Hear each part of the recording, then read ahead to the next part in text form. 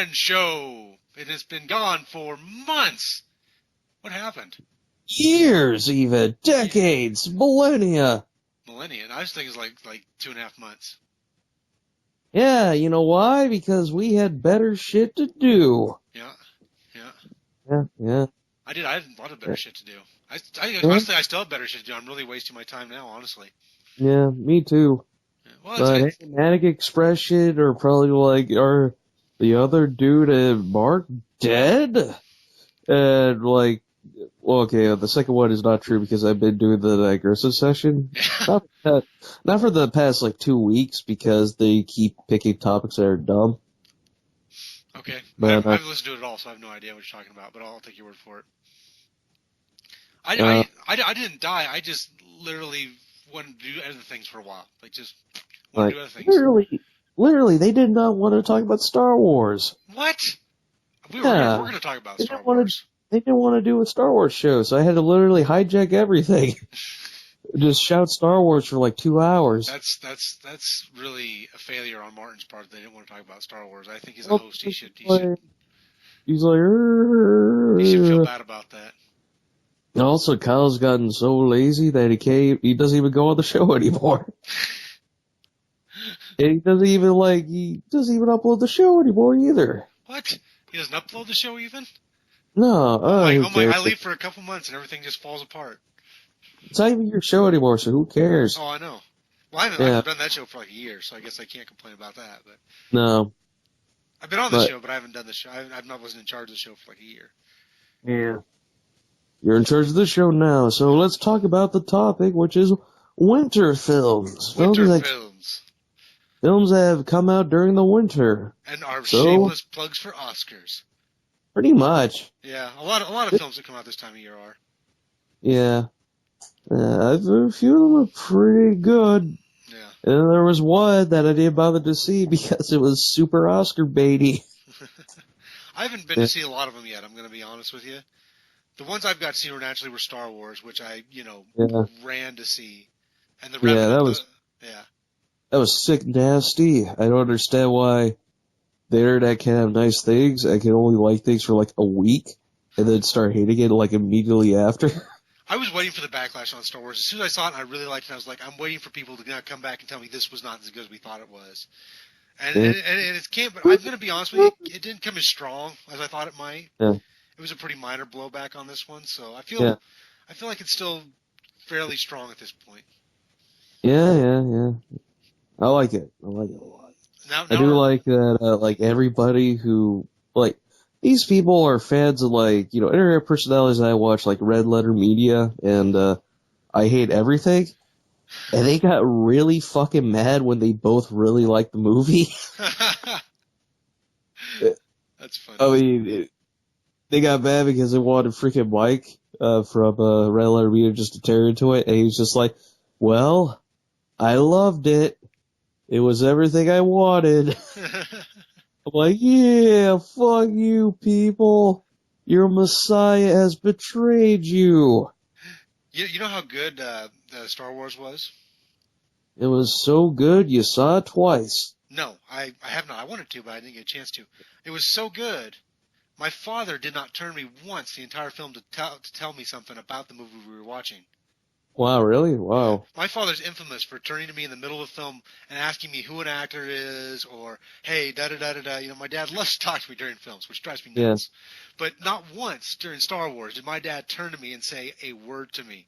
He was fixed upon the screen for the whole, 2 hours and 15 minutes or whatever that movie ran?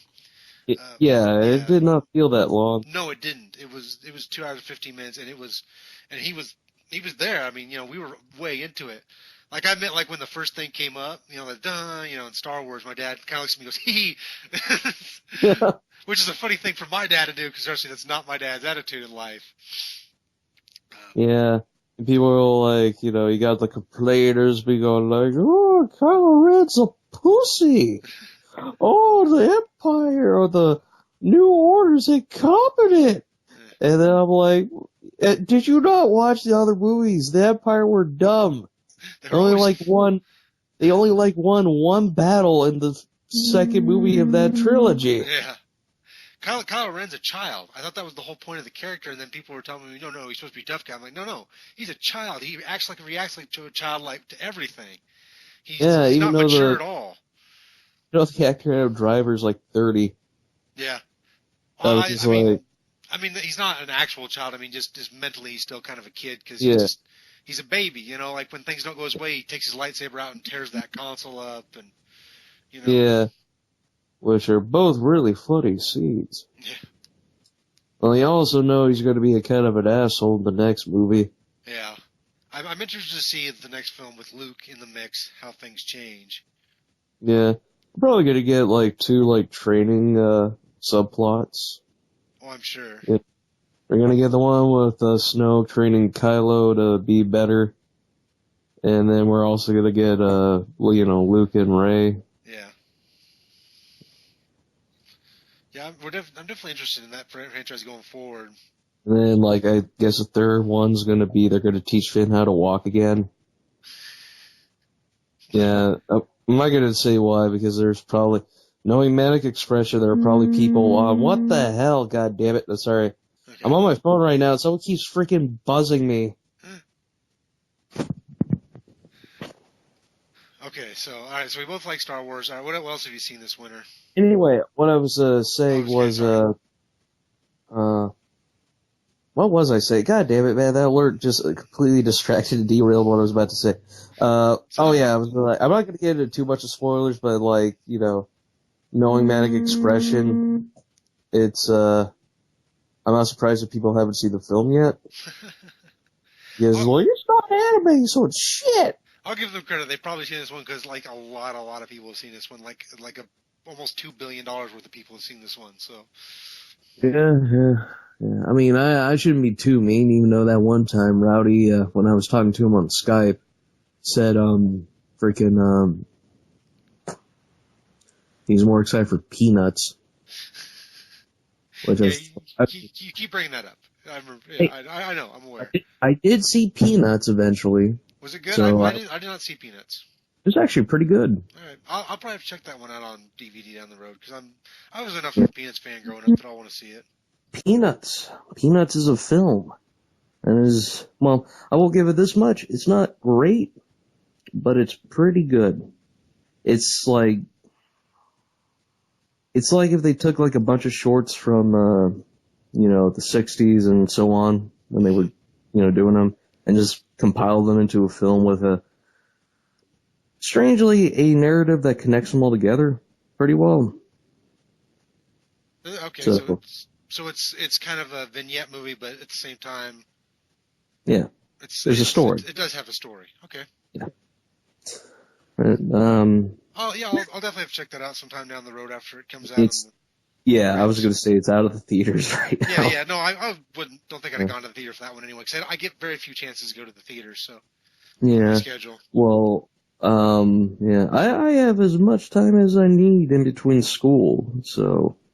I get to see all the Oscar movies I want to see, minus 2 that I still haven't seen yet. All right, which show have you seen then? We'll start with those. I think I've seen the one. The Revenant and The Big Short. I want to see The Big Short. I haven't seen that one yet. It didn't ever came to our theater, of course, because they don't want conservatives to know about things like Wall Street being corrupt. And I haven't, but I did see The Revenant. I saw that yesterday. Okay, nice. Okay, How was it? The Revenant, let me say this, is really well acted, has a lot of pretty scenery, and has a decent meandering story. Don't go see it in the theater. And the reason I say this is because it's 2 hours and 36 minutes, and it's a long 2 hours and 36 minutes. We just talked about Star Wars being kind of a short 2 hours and 15 minutes, where it was. Yeah. This is kind of a long 2 hours and 36 minutes because there's a lot of silence and a lot of Leonardo DiCaprio with his hair in his face staring into the camera. There's a lot of that, and breathing hard. Like, you're going to see that a lot in this movie. And it's an interesting... The brutality, though. Yeah, but the brutality is only in a handful of scenes. It's not... Yeah. It's not like it's constant. And when it's brutal, it's extremely brutal. I'll say that for the film. Those are the parts you're definitely going to remember. Is like this probably 30 to 40 minutes of brutality in 2 hours and 36 minutes. You know, Yeah. people. Well, 2 hours and 6 minutes of survival. Yeah, it's a good film. It's not anywhere near the true story of Hugh Glass, but Oh no! no, it's not even Like close. I read up on that, and it's more of like, I mean, one, he didn't have a kid. No, he had no Two, child. well, two, he like didn't kill the guy he's after because he became a soldier, and you're not really supposed to kill soldiers. Yeah. Well, and he didn't kill Bridger or Fitzgerald because Bridger talked him out of it. Yeah, He was going to go kill Bridger, and Bridger talked him out of it. And then he didn't yeah, kill Fitzgerald because Fitzgerald gave his gun back and apologized. yeah, And at first, both those guys, his throat was slashed. They thought he was dead. So they, in real life, they just threw him in a shallow grave. They thought he was dead. yeah. They're not like evil Tom Hardy. Yeah. Oh yeah, Tom Hardy's his evil bastard self in this. Like, he does a great job. He and Leonardo DiCaprio are fantastic in the film. Will he win an Oscar finally? He might, which, it wouldn't surprise me because he carries the film. I mean, Yeah. I dare you to even remember another character in this outside of his character and Tom Hardy's character. Jim Bridger a little bit, and then like his son maybe just a tiny bit, and then everybody else is like me. Like, there's a captain, and I can't even remember what his name was now. And there's an Indian going around looking for his daughter for some reason that doesn't make any goddamn sense. And the bear. There's the bear. The bear's only for like 5 seconds because Hugh Glass kills the bear. Yeah, I know, but like it's like I hear people are like, Jesus Christ, why do people like nature so much if it's this like unforgiving? What the hell's wrong with hippies? We all know they don't like people, so they have to like something, but why do they like something that's so brutal? How the hell could they say man's a deadliest animal? They don't go around like eating the shit out of Leonardo DiCaprio and slitting his throat and fucking up his back. I'm acting like I've seen this film. I have not yet. But I did see something Mark did not see. Yeah. And I'm surprised he has not seen this yet. And it is another long film, but longer than The Revenant, at 3 hours and 2 minutes. Holy cow. And it's called The Hateful Eight. I didn't realize that was a 3-hour movie. It is, but it does not feel that way. Because Tarantino made a film that was good. Not great, but pretty good. He knows how to carry like a 3-hour movie with nothing but dialogue. Yeah, I mean, it's all set in one place. Yeah, I know it's all in the haberdashery thing. Yeah. Which is smart, which is an interesting trick by him. I think it's a challenge for him to probably take on something like that, and I assume with the limited action things, he still does a good job with it. Yeah. Yeah, and the action okay, believe it or not, the biggest issue with this film is the action bits. Huh. Because, like, the film overall is really tame compared to most of his films. And then, like, towards, like the third act, it just becomes Kill Bill more fitting, it becomes Django Unchained. Okay. Not, like, action-wise, set-piece-wise, but more of, like, violent-wise. And it really takes you out because before that, it felt very subdued. Yeah, that does sound weird because I know he's trying to copy like Howard Hawks and John Ford in his style with this film. So the fact that it kind of goes into chaos at the end probably is more him than those guys. Yeah, it's most definitely him. He cannot make a movie now without it just being cartoonishly violent. Yeah. People are great at the film. Kurt Russell, his best performance, it's that film with Goldie Hawn where he falls over a boat. Overboard? Yeah. You couldn't remember the name Overboard? Do you remember the fact that she falls over the boat? Like, the name is the plot point. Come on, man. Whatever. I mean, that movie was shit, so. That movie's hilarious. That movie is stupid, entertaining fun, and you know it. Okay, to be fair, I've only seen, like, the last, 10 minutes of that movie. Okay, we'll go watch the whole film. It's some stupid, entertaining fun. Okay. Yeah. So, it falls over the boat. Samuel L. Jackson, probably his best performance in, quite some time. Beat Snakes on a Plane by Amaya. Yeah. He's, I feel like Who? What? At first, you root for him, but since this is called The Hateful Eight, something okay, I'm not going to spoil it, but let's just say that you start to hate him. Even though technically what he's doing is in the same vein as like a slasher villain. Yeah. Where he's just like, I'm murdering people don't like. But that's besides the point. The point is that people who like slasher movies are not well and should learn how to like good movies. Yeah. Like The Hateful Eight. And, yeah. Anyway. And that was Hateful Eight. You know, did not feel like 3 hours, but the violence towards the end is like, you did not have to do that. Yeah. I'll have to check it out sometime, and you know, Yeah. I think I missed Django Unchained in the theater too because they did that thing where they limited released it and then wide released it, and for some reason when they do it, it never hits my theater here in my small town. Why did? Okay, like, get ready, man. All you're ever gonna get in your theater are either films about your place, like Nebraska, or like, you know, American Sniper. We get the big films. We get Yeah. Star Wars. I can't wait for everybody like near you to love the crap out of 13 Hours of Secret Soldiers of Benghazi. Yeah, they'll love that movie. We've got Concussion right now. Just checking out what we've got at the theater right now, and Daddy's Home. Yeah, I want to see that movie. Yeah, don't see Concussion either. I hear it's kind of. It's like here, Will Smith tried to do a, accent. Is like. I've heard like. I've heard the topic's interesting, but overall the film, because it's in a film form and it should have been like a documentary, the film is just kind of boring. Also they needed funding from the NFL to use all the stuff in the movie, so they kind of had to cut down a few They had to pull their punches. They had to cut a few NFL. details. Yeah. I heard they did pull a few punches on the NFL. I mean, they bashed them a little bit, but also pulled a few punches. Yeah. Well, I mean, what can you do? You need the freaking, like, helmets and stuff. It costs a lot more to make, like, made-up teams. But, yeah. Another Oscar movie I saw was Harold. Harold? I didn't even remember. Harold. What? Like, Carol. Oh, Carol, okay. Not Earl, or whatever.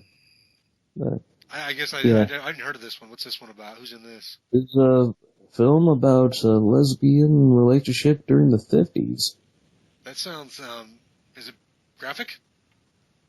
It has a pretty graphic sex scene, which I was surprised to see, considering the fact that Cate Blanchett and Rooney Mara are kind of like big stars. Yeah.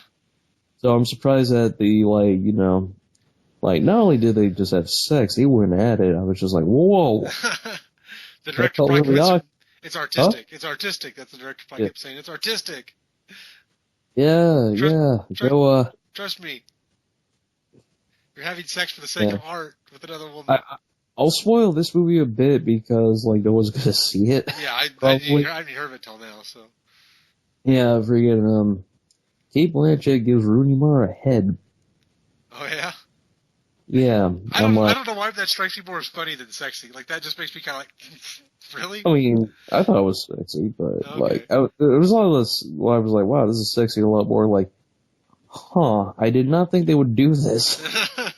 Because, the movie was rated R, and I was just like, throughout the whole film, okay, they drop a few F-bombs, but, like, nothing's too, like, horrible. Yeah. Like, or deserving of, like, the rated R, rating. But and the one scene, that one scene's probably more than enough, though, too. Yeah, pretty much. It earns its, rated R, rating. It earns its rating at that point. But, I mean, it's a lot more complicated than just seeing, like, Rooney Mara or Cate Blanchett having sex. I mean, it's, it's a movie about just, like, two people who have a different sexuality than, the norm at the time, or at least people that admit it. It was very subtle. It's, Cate Blanchett's a lot more, she's a lot more open to it, but she still doesn't feel comfortable fully. And Rooney Mara is just kind of like, I mean, she goes with it eventually, but at first she's just like, what's this? Yeah. Well, I mean, historically speaking, lesbians had a lot more success. I don't want to say getting away with it, but that seems unfair. But had a lot more Yeah. success with their having relationships than gay men did. Yeah, that's specifically true because it was in the film, like, she actually had another relationship before she met Rooney Mara. Mm-hmm. And that's Sarah Paulson's character, and it's just kind of like, well, it's like, yeah, it definitely gives the impression of that because they just kind of wrote her actions as a mental illness instead of like beating the crap out of her. Like, for example, if it was like a man, historically speaking, like you said, like women were able to get away with it. Yeah. Well, which is unfortunate for the gay dudes. Yeah, well, it is because gay men were, physically persecuted for a long time. Yeah. Like Alan Turing, and Oscar Wilde specifically, committing suicide because of the way they were prosecuted for it. So. Also, keep in mind that we did not get a gay character in fiction until or in mainstream TV fiction until Barton Fink, I think, where they had a gay man who was in jail and kept trying to sexually assault the people in the precinct. That was progressive, people. Yeah, it's kind of a rough history, isn't it? Yeah, and then you get to the 90s where you're like, oh, let's have a lot more gay characters. Let's have them not be actual people. Instead, turn them into cartoons. I was just like, I know it's weird, but the way to get people to accept gay people was to make them cartoons for a long time because they didn't understand. And as unfair and as weird as it seems, that was the only way to sell it for quite a while. Yeah. It's not fair. I'm not saying it is. I'm not trying to defend that behavior. But I'm just saying that was the only way you were going to sell it to the mainstream audience to the point now where, until we get to where we are now, where I think the majority of people accept gay people as just regular people. Yeah. Yeah, unless you're a baby boomer and you need a really pandering, crabby sitcom to tell you that gay people are not people but cartoons still. Yeah, your grandma, I don't know who your grandma is, but your grandma's probably still anti-gay. Just letting you know that, for anybody listening, your grandma probably still hates the gays. My grandma probably does too. I mean, here's the thing, she had a religious upbringing, so... I'm not lying, my grandma probably she's not, very suspicious of the gays as well. I mean, she's not really homophobe, but she'll, say, certain lines that just... A lot less mean, a lot more she, feels sorry for her, which I think is still not good. Yeah. It's a little condescending. Yeah. But that's besides the point. The point is do you have any other films you want to talk about? I really haven't caught anything else this winter. I mean, there's a few things I've wanted to catch, but that was. I mean, The Big Short's the one I really want to catch. Yeah. That seems like a really intriguingly interesting film to me. Yeah. A film about that Wall Street breakdown that, really, really destroyed a lot of the economy, so. Yeah. Yeah. I did see another romance film, though. I saw quite a few of them. Okay. Brooklyn. It's a film about an Irish immigrant, played by Saoirse Ronan. And basically her assimilating into modern life and getting in love, and then, events in her life force her to go back to Ireland, and people just try to, strong arm her into, coming back to Ireland.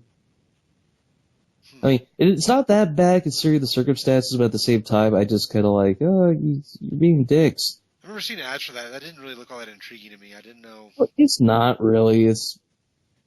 It's like a well-written, Nicholas Sparks film that isn't nearly as emotionally manipulative. Okay. So. I might get on board. I might be able to get on board with that. I don't hate Nicholas Sparks is not the most offensive romantic director that ever lived. His recent films, I will say, at least in my opinion, are they take twists and turns that just like, okay, that is emotionally manipulative, and he like literally just busts himself. He's not good. He's not as good as he was when he started. But when he started, I think he had, guys start out with more original ideas, and as they go along, they kind of fall into patterns. It's fine. Let's not talk about Nicholas Sparks here. Let's talk about Creed. Oh, I did see Creed. I forgot about that. That's weird, but I saw Creed. I was just like, the feels. I thought Inside Out was going to be the feels movie of the year, but goddamn, why? Yeah, no. Why, Sylvester Stallone? Why you got to do this to me? Well, he didn't even write that movie or anything. He had almost nothing to do with it except for being in it. Yeah. And it was just like, God damn it, man. I saw you in like 6 other films. I can't afford to see you like. Okay, I'm going to spoil it a bit. And this is a film where there are probably people who haven't seen Automatic Expression. I'm sure a lot of people didn't see Creed because it didn't get a lot of press, but. I probably did a little bit for Sylvester Stallone, but anyway, I'm like, don't think I could take it if he dies in the next movie. Oh man, that would be like, oh my god, because like, our like parents grew up with Rocky. We got to see him like get punched in the face and never learn how to block. For like 6 films. Okay, to be fair, he did learn how to block, I think, a bit in Balboa. Yeah. But that film was actually trying to be like a legit boxing movie. Yeah, so the boxing got better as the films went along, but yeah. I mean, mine's like the strategy, like, and then like at Creed, like, you get to see like, Adonis Creed go through relationships. He's already up, like money wise, but he's down because no one takes him as seriously as a fighter. Yeah. Then he has to teach people that I'm not just my father's, son, I'm my father's son towards the end. I'm just like, okay, so he's trying to fight this. Okay, that's the one thing in the film I thought was weird. He tries to fight it, but then I guess he just kind of embraces it. I'm just like, oh, okay. Well, I mean, it's sort of the movie's about coming to terms with, your own legacy and who you are, and yeah.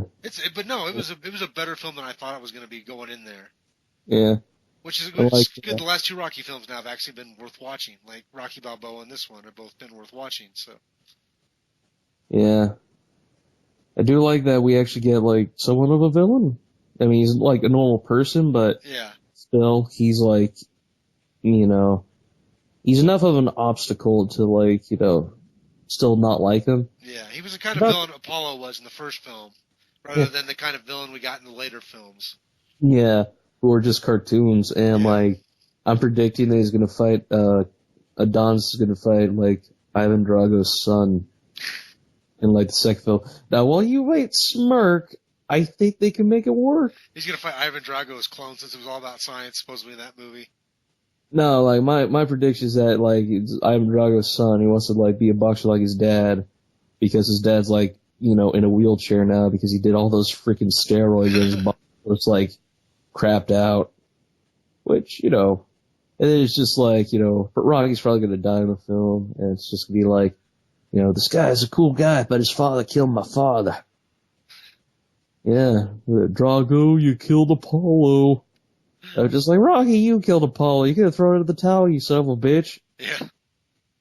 I mean, I like how, like, even in that film, I mean, okay, to be fair, I'm not sure how much of Rocky IV is, like, even really, like, considered canon now, because they don't bring up the robot again. Where's the robot? Where's Paulie's robot? Did he get buried with Paulie? I'm hoping maybe they forgot about Paulie's goddamn robot. My friend James, okay, tangent here before I go into the next film I want to talk about. My friend James, like, turned off the movie. He could not finish it after he saw the robot come out. I'll fine with that because that robot makes no sense. Yeah, okay, let's all concede the fact that Rocky IV is hella dumb. Yeah, well, Rocky IV, the thing is, just like, since Rocky III, Rocky's not even Rocky anymore. For one, he's a lot more intelligible, and two, he's not stupid. Like, it's weird, like, the more he gets hit in the head, the smarter he got.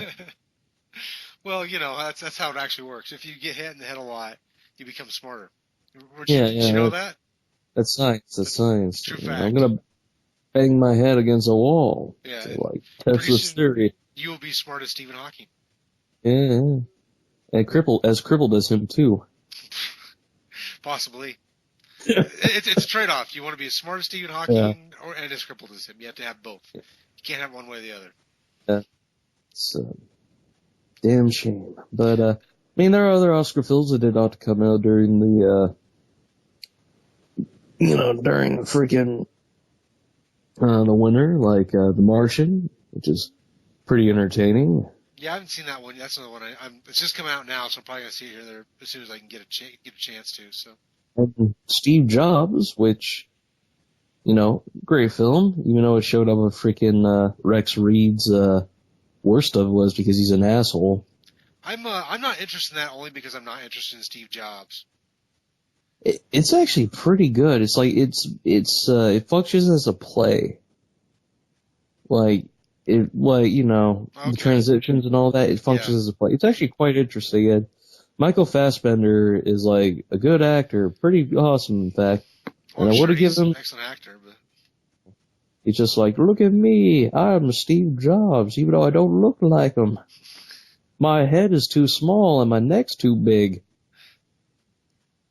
Which is true. I was just like, okay, like he got him like, like most actors in that type of role, like that don't look like the person they're like portraying. Yeah. It's a lot more like probably had the attitude right, I'm guessing. Yeah, he had like his personality down to a T. Mm-hmm. So it's like, you look at him, it's just like, I didn't know Steve Jobs could probably beat the shit out of everybody with his like giant pecs. Because obviously, like, he's filming like X-Men movies between this film, so he can't like slim down. And like, I think it's funny. It's just like, oh my god, he's going to use his magnetic powers to strangle the shit out of Jeff Daniels' character. Or Seth Rogen. He might have been choking Seth Rogen too. Nah. He's not nearly much of a nuisance as Jeff Daniels' character. Nobody ever strangles Seth Rogen. He's just too damn chubby and nice. Also, his beard like covers his like throat, so there's a lot of cushion. Okay, that would be problematic for choking. As you try to choke him, like it's very bristly too. It's like trying to grab a steel wool. Pretty much. Yeah. Wait, as a bearded man, it's hard, But he's Magneto. He could probably bend steel. That's true. He could probably bend the steel wool. I didn't think of that. Who cares anyway? Talk about. I don't feel like we actually talked about Steve Jobs. Beard. What? And let's not talk about Seth Rogen's beard. Okay. Instead, talk about some films I saw. All right. Just in general, like while we said this was like the winter show, let's just go over films we just saw because we took such a long break. Bridge of Spies. Did you see Bridge of Spies? Oh, Bridge of Spies was amazing. Yes, it was. Like I don't think that's getting any awards bait, which I was stunned. I thought after I saw it that this is going to get some awards attention, but nope, 0 awards attention. It's not getting nominated for Oscars? I don't think it is. Last I knew, it wasn't. Which I thought it was a crazy good film, well written, intriguing film. I thought everything about that film was productive. But when I first saw the trailers, I thought it was like, oh god, this is gonna be an America fuck yeah movie. Yeah, but it's not. I mean, it is in some parts, but it's earned. It's not like freaking xenophobic. Yeah. Like crap. No, it's a strong film without being American Sniper. Yeah. Clint Eastwood should probably learn a thing or two from Steven Spielberg. Clint Eastwood is past the point of learning. He learned everything he didn't know. He made Unforgiven, and then he went downhill. Yeah. He learned the tale of James Donovan, a man who was so American he defended the Ruskies and saved 2 Americans from imprisonment. Even though one of the American people really freaking hated because he didn't kill himself. Yeah. Gary Powers, post that period, didn't live out a very good life, so like things didn't get any better for him. That sucks. Yeah, no, I know it's not a happy ending for Gary Powers, but no, but it is for James Donovan. Yeah, no, his life was actually pretty good after that. Yeah, I mean, he helped negotiate after the Bay of Pigs fiasco. He was helped negotiate, what did he negotiate there? He helped with the prisoner exchange. Prisoner exchanges. Okay. Well, he's a master of exchanging prisoners. He helps them with the Vietnam prisoners issue too. So. Yeah, I also saw a film called The Walk. I heard of that. I didn't see it. It is, okay, I like the movie overall for, like, the end walk part, the actual part, and then, like, everything before they go to New York. But once they go to New York, oh my god, like, everybody's like, yo, I'm from New York, we all like pizza, we all Italiano. I'm not even exaggerating, that's how most people talk. Like, if you're from New York, you're like, yo, pizza. Is there anything more disappointing than a film that starts out with strong first two acts and then the third act it just kind of all falls apart? Well, it's not even that. Like, I mean, to be fair, like, the French are pretty cartoonish there, but they're a lot more mild compared to, like, the people from, are like, yo, Tony, I got some pizza over here, come over. And then, like, if you're a hippie, you sound like Shaggy. You sound like a more high Shaggy. Like, he's like, yo, dude, we're gonna be high up, man. That's literally dialogue from the film. Like, I'm portraying it as bad, but it's an entertaining film. I'd see it, but only once. Okay. And after seeing it the first time, I just skip, like, to the block part. Yeah. Oh, by the way, that's the thing with The Revenant too. I don't think I'll ever watch that movie again. I'll probably never. Okay, knowing my taste in films, I'll probably actually see it again, because I love Alejandro Araujo films, because I like slow films. I don't mind slow films, but this one is, because some of my favorite films are older, slower films. Unless if you're like Eyes Wide Shut, and then you could just literally go fuck yourself. Okay, yeah. You know, I do like the film. It's just like, for God's sake, I don't like the film. I'll be honest with you. I don't like it, but I like it. It's dumb. I mean, I'm just like, Stanley Kubrick, you're old. Stop being so senile. But going back to the slow films and his name that I can't pronounce, Alejandro, I really liked Gravity. Like, I really, really liked that movie. That wasn't his film. Oh, wasn't? I was thinking it was him, wasn't it? No, he directed Birdman. Oh, Birdman. I'm sorry, I had the wrong guy. Sorry. You were racist. No. Not a racist, I just have bad memory sometimes. Because I don't really pay that close attention. Do all brown people look the same to you? Yes, they do. I'm a racist. Oh, God. As soon as I thought he did Gravity, I don't know why I thought that. I don't got my director's backwards. Okay, to be fair, the guy that like did Gravity has almost a similar name, so. Oh, that's probably, and I couldn't pronounce either one, so I probably let it go. Same guy. But anyway, Reverend is glacial at times. Like, there's times where it's just so slow and so silent that I need to stop and do something else. I don't know. Okay. Like, from most reviews I've seen outside of yours, it doesn't seem that terrible for most, so. It's a good movie. Like, don't get me wrong. I'm just saying, like, it's the pacing wise. People like people I know who complain about pacing slow-paced films like The Tree of Life and like Tinker Tailor Soldier Spy weren't really bored during that film, and those two films are really boring. Maybe it was just my mood yesterday. Maybe I'm overplaying this because of the mood that I was in yesterday, particularly. Because I've seen a lot of slow films I like, right? I like Shoes of a Fisherman, which is people talking about religious and governmental issues for 3 hours in 1968. I love that movie, so. Yeah, no bear maulings. What? No, I'm just saying there are no bear maulings in that, are there? No. Damn. No bear maulings in the Shoes of a Fisherman because it's about the papacy and the Soviet government, so. Yeah, Anyway, yeah, those are films I saw that I liked. As for films I saw that I did not like, okay. Okay, I kind of mad at people for this film, Gem and the Holograms. You went and saw that? It was like I was out of the theater, man. Why did you go see that? Don't do that. It costs like $1. It's not like it made its money back either way. No one was in there. I hated that cartoon show 100 years ago. Yeah, 100 years ago? Mother God. Remember we've established I'm very old. I usually get dizzy. But that's like freaking just great digression session continuity. We don't follow it no more. Oh, sorry. We don't follow that continuity. And anyway, besides the point. The point is, I just kind of got mad at how people got like outraged at this film. because it's just like it's a brain dead garbage movie based off of a brain dead garbage show. Yeah, what did you expect? There's no way that was going to be a good movie. There's 100% no way. There's no way. No way. Well, not even that. It's just like, why would you do that? I mean, Transformers makes sense. G.I. Joe makes sense because people still somewhat like those like shows. Like, I mean, sure you'll get like certain people like, oh, these were good cartoon eras. And like, they'll dig gems still, even though it's terrible. But that's not the point. The point is that I do not like Gem. I did not like the film based on her. But I see my good share of bad movies, and I should pay for them. Yeah. Even though I shouldn't.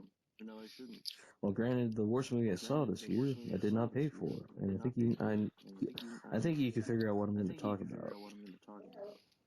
It's a cowboy film. Adam Sandler. Ridiculous Six.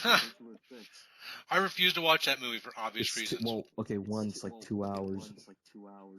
Is it really? Oh my god. It's a 2-hour-long movie. Poop jokes. Obnoxious Vanilla Ice jokes.